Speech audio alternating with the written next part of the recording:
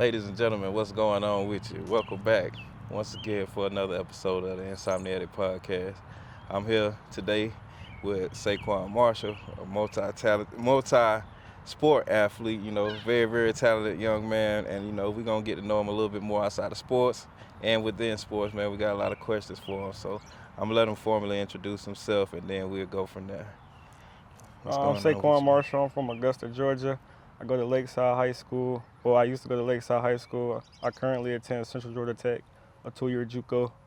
And I plan to do my 2 years there and transfer up D1, get bigger, stronger, faster, smarter, and wiser, and just trust the process. That's what's up, man. So, I guess since you mentioned the JUCO thing, I'm going to go with that first because, it was something I like to see. I played football from rec league all the way through 12th grade. And I kind of regret looking at the JUCO the way I did, during that time, because I had a good football career in high school, and I kind of, wish I had went that route because I know I would have played a little longer and went further, and focused on the fundamentals a little bit more. You know what I'm saying? Yeah. It's most technical colleges on the education side are hands-on. You know what I mean? But football too, JUCO, that's exactly what it is, man. It's it builds your fundamentals, man, and get you ready for that next step. Super Bowl champion DeMarcus Lawrence, I'm related to him. He's from this way, and that's what he did. From Silver Bluff, he went to JUCO, and then he went to school, and then he went to the league. You know what I mean? Yes, sir. And he's pretty much, went down that same path that you about to, embark on. So definitely don't view it like I viewed it, coming out of high school, because I'm telling you, it make dogs. JUCO make dogs, man. Them boys be hard to deal with when they get to the, collegiate level. So, man, I'm excited. I'm going to be watching everything, bro. Yes, sir. So definitely, I'll ask, what made you pick this particular JUCO? What stood out about him to you? So my goddad, he used to coach the boys basketball team, and he was just nagging to me about, you need to go here, you need to go here. I'm telling you, come on a visit, you'll like it. And I was just at first I was like, nah, I don't know. I'm gonna wait my options out. I feel like I'm gonna go higher. I'm gonna wait. I'm gonna trust God process. So I started getting D2, D3 offers, NAIAs, and I was like, nah, I don't want to go that far from home, man. That's a little far. And then the coaches wasn't offering what I thought they would offer, so it was just dang, nah, I might have to listen to my goddad. So we planned a visit in March. I went down to the visit. This not even just the football side. This the academic side. So we go in there, we talk. They was like, yeah, we like you. We think you should come on. We should give you a chance, stuff like that. So I was like, okay, I'm gonna check the visit out. I'm gonna go view the campus and stuff like that. So me and Pops, the coaches was talking great. Me and Pops was like, okay, yeah, we think we could fit in this type of program. So I was like, yeah. So we went to the academic side and we started talking about the careers and stuff like that. And that really caught my attention because I want to be an electrician. So I was like, dang, they got their kids coming out of JUCO college making this at a JUCO. And then the sports management stuff, they send their kids out to these big events like NCAA tournaments and basketball tournaments, and they making bands while they're in a JUCO. This is a JUCO at that. So I'm like, JUCO doing this, just imagine what the higher level is doing. And then it was it was just welcoming, really welcoming. I came in and treated me like family. I was like, yeah, this is somewhere I want to be. It was real welcome. I felt like I was welcome there. And then I talked to the coaches on the football side, and I did my research, and I'm like, these boys can play. These boys playing some top JUCOs, and they hitting, they going out, and the coaches getting them out. Their third string is getting full ride. The third string got a full ride to Delaware State, Norfolk State. It was a couple of them. But really what separated was the details. What the coaches were saying, the details, what the teachers were saying, is the key details, the little details that separate them from the other schools that I had and stuff like that. And they were real hands-on with me at the visit. It was making sure I was good, making sure I got down everything I needed. Told me it gave them the cell, I got the counselor cell before I even committed. So it was I like something like that right there. That's really why I chose it, and it's close to home. I can go do my 2 years there and get out of there. Yeah, that's what's up, man. Hey, I'm excited to hear that, they got the academic portion in there too, and they got the placement to prove it for the students and the athletes, you know what I mean? Yeah. And electrician, that's a great field, man, you know what I mean? It's a trade, man, you always gonna be in demand, you know what I mean? Yeah. long after football. You know what I mean? So that's what a I was great looking at. decision. I was like, yeah, outside the football part, because I know football not going to be there all the time. So I'm like, what can set me good for life after football? And I was Right. doing my research, and I'm like, I'm looking at this electrician stuff, and I'm like, I'm real hands-on with things. Like, I catch up to things fast. I learn quick. So I'm like, yeah, I want to do something like that. And I like messing with things and trying new stuff out. So I'm like, yeah, give it a try. Yeah, you could take that anywhere in the world too. Yeah. You know, Save a anywhere lot of you bread want. at home. Yeah, exactly, for real. Yeah. Well, let me ask you a question about so your current position, right? Mm-hmm. Although you're good at it, do you feel like it's the best position that you can play as far as on the field? What corner? Like just all together, just like shoot, even whatever, you know, you think you're in the best position? Yeah, so I'm gonna give you a little story about it. So Okay. I was in 8th grade.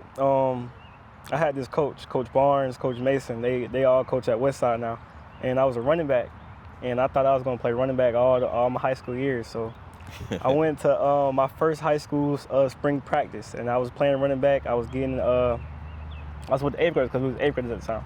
So I'm working with the 8th graders at running back. And I'm like, oh yeah, I'm gonna play running back. And then fast forward to June, summer practice with the real high school boys.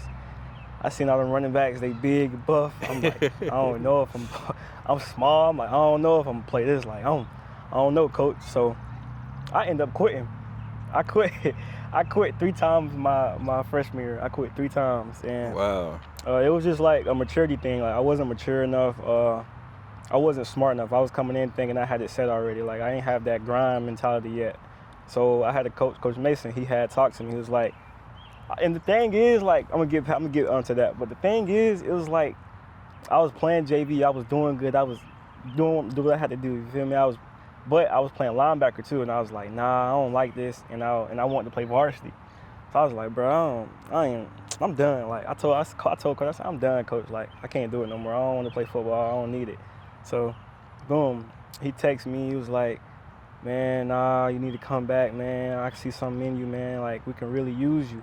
I'm like, all right, coach. So I give it another try. I quit again. I said, nah, coach, I'm done for real. Like, you don't even got to text me no more. I told my dad, I said, I'm done. I'm going to stick to basketball because I used to play basketball. So I'm going to stick to basketball.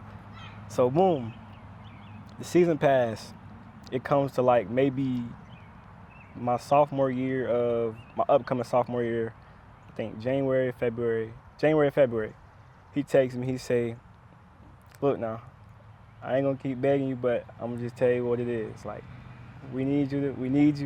We're gonna use you, but you can't quit. You got to put the work in. You got to be dedicated. And then this is where my coach Barnes come in at a DB coach. Well, he was a linebacker coach at first, but he switched to DB. So, and we had a coach named Coach Lee. He had I don't know what school he at now, but he had some school. And he was telling me, he was like, nah, man, switch from the DB, switch from the corner, let him play corner. So that whole summer I'm practicing corner. I'm getting better at corner, and I'm trusting the process. Like I'm coming to practice. I'm not skipping practice. I was skipping a little bit because I was still maturing, getting a little mature. Right. So I'm going to practice, working my tail off, asking questions, learning from the older guys. And I'll say July, I went to practice one day and he was like, SaQuan, go with the first team. So I went in first team at corner. We had a squad. Like we had my boy Seatric, we had Ty Jones, we had Park Patel, Kale Grissom, all the Grissom boys. So that DB core was tough. Like we was tough. So I was like, damn, coach, they believe in me like this. I'm like, woo. So I go in there. I'm a little nervous because it's like all the pressure on me now because I'm taking some of these guys' spots that's been there starting. So I'm like, all the pressure on me now. So I'm coming in. I'm quiet. I'm not trying to be cocky, nothing. I'm just trying to learn. So I go in there. I'm practicing. I'm getting better. He's like, yeah, just keep working, man. Boom. Fast forward to that next Tuesday, we have a 7-on-7, and I go in there. We play Thompson. This one, Thompson had all them boys. They had a stick. So I'm like, oh shit. I'm nervous. I'm like, oh my gosh. So we get in there. First couple plays, I'm doing good, and then they had a big old. He was a quarterback, but he played receiver. He was like an athlete. He was like big, a little buff. He was black. He came on the left side. It was me and him on the island, and he said something to me. I was like, oh shit. And he was talking trash. He was talking trash. And this one, I ain't had no confidence. I ain't had no bag. So I'm just, all right, bet. I'm listening to my coach. And my coach told me, nah, just stay inside. Just stay inside. Don't look back. He say, hut. He shaking me. He gone, but they didn't throw it. So I'm like, okay, let me get right. The next play, they come out. I think it was trips. It was trips left. No, trips right. My left. And I had to play two. So I had to play the outside and the slot. So I'm in the middle between them, and the coach guy's like, it's a pick route. So I'm like, all right, I'm gonna look for the pick route. So he say, hut, I'm backpedaling, woo woo in my shuffle. He looked one way. I forgot I had to do it on the outside. Doom. I'm like, oh my gosh. So I'm getting blurred. It's my first time starting in that corner. Like, first time starting, I'm a sophomore. I'm like, all right, boom. So fast forward, I got better throughout the day and stuff like that with the 7-on-7, and I just learned from that day on. And I was like, if I want to do this, I got to be committed. I got to put in the extra work. I got to grind. So ever since then, I just been working that corner and just trusting the process, man. Trying to work, get better every day, 1% at least. And yeah, my senior year, this past season, I played receiver, I played corner, I played punt return, kick return. This is my first year playing punt return, kick return, like playing. So I'm like, that's what's up. Yeah, so first game come, well, we had two scrimmages. We had a scrimmage against Evans, and we had the scrimmage against, I think we just had a scrimmage against Evans. Yeah, we had a scrimmage against Evans, and I had got a concussion. Me and my teammate was going to block a PAT, and I was going this way, and he was coming this way. Like, I was the one going to get the ball. He was just supposed to run through. So I'm going to get the ball, boom. We knock each other out, like, and we get up. Like, I walk the opposite way. The ball going this way, everybody going this way. I'm walking that way.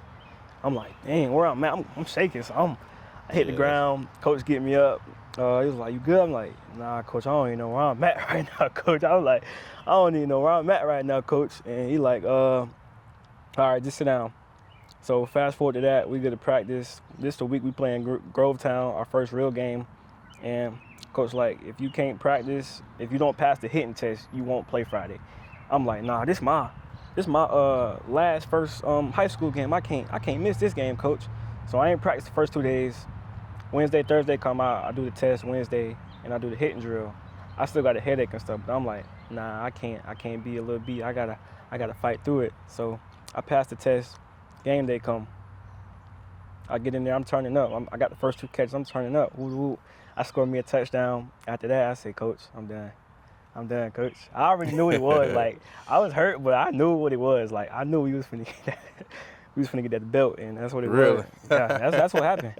That boy, they had a running back. How bad y'all lost?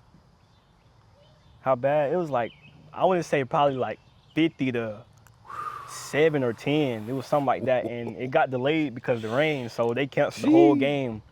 And I ain't even gonna get too much in our season because we went 1-9. But yeah, man. But you know what? It's still learning and losing too. You know what I mean? Yeah. Like they say, failure makes success. You know what I'm saying? Yeah.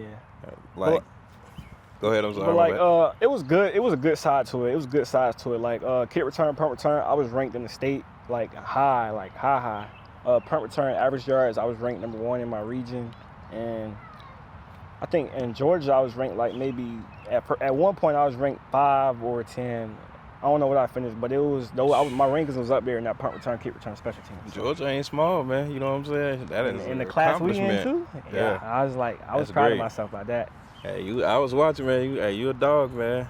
That's like, I guess that brings me to my next question. Like, you feel like football your best sport? Yeah. At first, Dad was like, because Dad been my basketball coach all my life, and I was playing ball with him all my life.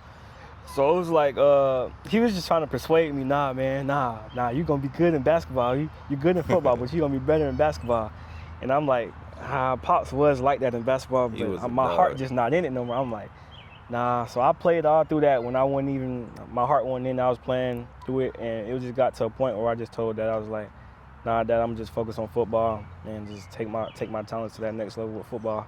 And at first he was mad, like he was like, nah, man, I don't think you, but I'm gonna support you. Like, but nah, I don't think you should do that. I was like, all right, but I just went with what I wanted to do. I was like, it's still my life at the end of the day, so. Right. I just went what I wanted to do.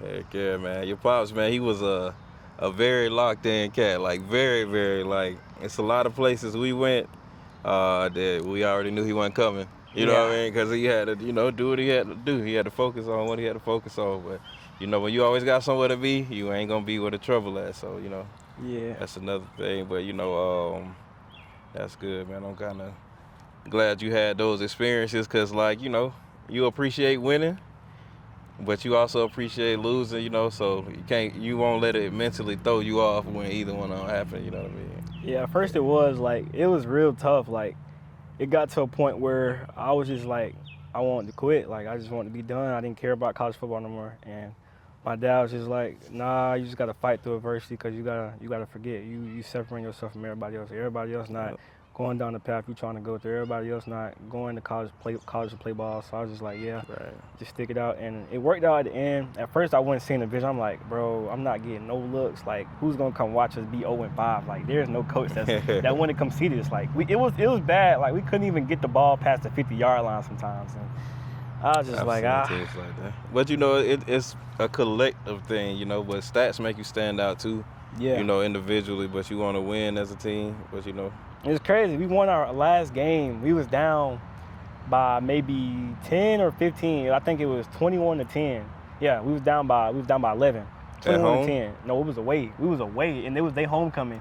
Wow. And if they won that game, they would have made the playoffs. So we was lit. We had a chip on our shoulder. It was like, bro, we ain't got nothing to lose. This is the last game. We got to ball out. So, boom, we get in the game. We losing. I'm like, oh my gosh, it's gonna go down the same route. Me and coach is getting into it. I'm like, bro, this is the last game, coach. I don't really care what you're trying to say right now. I ain't trying to hear you, coach. So we lose. We go into halftime. I don't say nothing. I'm quiet. I'm like, I'm locked in. I'm like, nah, I can't lose my last high school game. Nah, coach, I ain't going like that. So he ain't even say nothing actually. Coach ain't say nothing in the locker room. Coach say, I ain't got nothing to say. Y'all know what to do. I'm like, we know what to do. We've been losing all season, coach. I don't know if we feel me. So we get out the locker room, and I just like, come on, y'all boys just lock in, bro. This our last game, bro. Leave it all you got out there. We ain't got nothing but maybe, I think it was 16 minutes left. So I was like, lock in, bro. Come on, just play y'all hardest. So we come out second half, we just hitting, getting picks, scoring. So I'm like, oh yeah, we good. So I did get blurred though. That was my only blur I got in the last game. That was my only touchdown I gave up the whole year. I was mad, but the kid was fast. Like, I'd say like he probably ran a 4.4. He was ranked nationally, and he committed to some D1 school. But I was mad. Like, I could tell you how it went. So I was lined up one-on-one with him. I was inside. He was like a little bit out, and I was looking at the quarterback, and I knew what it was. I knew what it was by the way he was lined up, because he was lined out like very inside a little bit. And usually that means he either trying to get back outside or he gonna try to break me down, do some other stuff. So he say, "Hut," I'm looking, I'm backpedaling, and I take my eyes off him for 1 second. Burst of speed. I look back, blur. I'm like, all right, you good. At first I was like, damn, I just gave up. I'm like, but this is my last game. I can't let that mess up how I play the rest of the game. So after that, I just locked in, man. I had probably about 4 pass breakups. I had a crazy hit that was a third down. It was crucial. Third down, I had a crazy hit. Yeah, and we just played together as a team. That was the first time I seen us play together as a team. Nobody arguing, everybody just playing together, playing ball. It was real nice, but I was like, dang, why we couldn't do this the whole season? Like, we wasn't trash. It just everybody was so selfish. We was all selfish. I was selfish. Everybody was selfish. So it was like, once we finally put our pride aside and just came together, we balled out. But it was a little too late, so. Still a good ending, though, you know what I mean? Yeah. Like, especially when you talk about when you always look back on the season, be like, hey, well, we locked in at the end. We went crazy. Yeah. All right, I got to quit since we was talking about your pops, man. And you on a different path as far as football, and he was more of a basketball guy. What way would you say that he still influences you on the football side of things, even though it's a completely different sport? Just like life lessons, like being a man, like fighting through adversity, knowing what I really want with this football stuff. And it get aggravating sometimes, but he be right. And I hate when he right, because I be like, he right, but dang, it's aggravating. Like, but at first when I was little, I never got it. Like, I never understood why he would be so hard, why he was always nagging and yelling. But as I got older, I kind of figured out, like, he just wanted me to figure out what I wanted, and he wanted me to be the best person I can in life. He didn't want me to be confused. He didn't want me to be in the streets. He didn't want me to doing all this other stuff everybody else be doing. Right. And really, because I used to stay with my moms when I was little. So I'll say, like, when I moved with my pops, like, it was I had to adjust to everything. It was discipline. I had to be disciplined. Pops was very disciplined with me, and I feel like that's why I am the man I am now, because of my dad. My mom played a big part too, but it's some things that my mom couldn't do that my dad could do. Right. And it was just like understanding, trusting his process too, understanding the process with him. Like it was hard for both of us because he was still young when he had me, and I didn't get it. I didn't understand none at all. But like now, I get everything he said, everything he told me when I was little, and now I'm seeing it in real life, and it's just like I appreciate it. Go. And you were just speaking about your mom, so I'm gonna shift to this. You know, like on your football journey, you know, a mother's love is from a different place, you know, and then like even take love to say, okay, I know your father, you know, can take you to that next level, you know, and I personally know your mom. I know she's like a very real person, you know what I'm saying? So on your sports journey, how does that I guess that characteristic from your mom play into your journey thus far? Like football? Yeah. Mom kind of just mom. Like mom just supportive. She just everything I want to do. Okay, let's do it. I'm there. Sometimes it depends because mom be being mom. She be tripping sometimes. So it was really just she would just go along with a lot of things. Like it wasn't too much because mom this her first time too, and I was the first. So it was like she never really knew about football for real, other than my dad and my uncles and stuff like that. So when she finally had me and realized that I wanted to play sports and like that, she was trying her best. Like when I go up there, she'll try to get me trainers, or I'll try to work out with other people that she knew up there and stuff like that. Yeah. But she was really just very supportive and stuff. And I'll say she kind of tough on me too because she know how I can get out here, and just both of them combining together, just staying in my tail, just nagging in my ear, just making me understand and get it. Like I feel like I did it well. I feel like they did a great job with me, and I feel like I paid attention and I listened. It's paying off now. So I appreciate both of them. Yes, sir. They definitely did a good job, man. And like I said, I know both of them, man. I think that you're a great blend, man. I see flashes of both of them when you know you're on the court or you're on the field, you know, and you know you're doing your thing. It's like, yeah, I already know what you got in you. And, you know, you could go far. The sky's the limit, man. So Yes, I'm gonna end like this, man. I got a question for you. This that I'm curious to know. So, what's your grandma Ray's favorite meal? Wait, her favorite what? What's your favorite meal from your grandmother Ray? Ooh, grandma be throwing down. Ooh, grandma be, honestly, I would say her mac and cheese, her oxtails. Like she make mac and cheese, oxtails, and it'd be like some fried chicken or something like that. That and her pasta, her chicken Alfredo pasta, when she put the shrimp and the salmon and all that good stuff in there. Yeah, grandma be throwing down for sure. Those are my favorite two meals from grandma. That's what's up, man. And her breakfast. I had to add the breakfast too. The breakfast, the gas. Absolutely. And she don't just cook a little bit. She cooks spreads. She cook, you know what I'm saying? Like you got multiple choice, man. So I definitely understand, man. But man, it's been an honor to have you, man. Come back anytime. I wish you much luck. I know you're gonna do your thing, man. So just keep going, man. You know. I also want to shout my day ones out. My boy DJ, my boy Isaac, man, and my little cousin Caden, and my family, and my guys, and fam. Hey, shout out to you guys, man. Shout out to all y'all, man.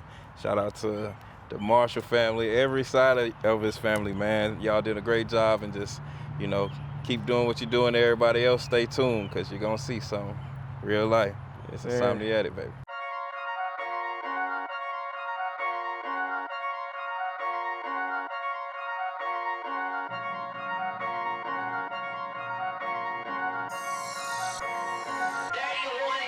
Dark 30.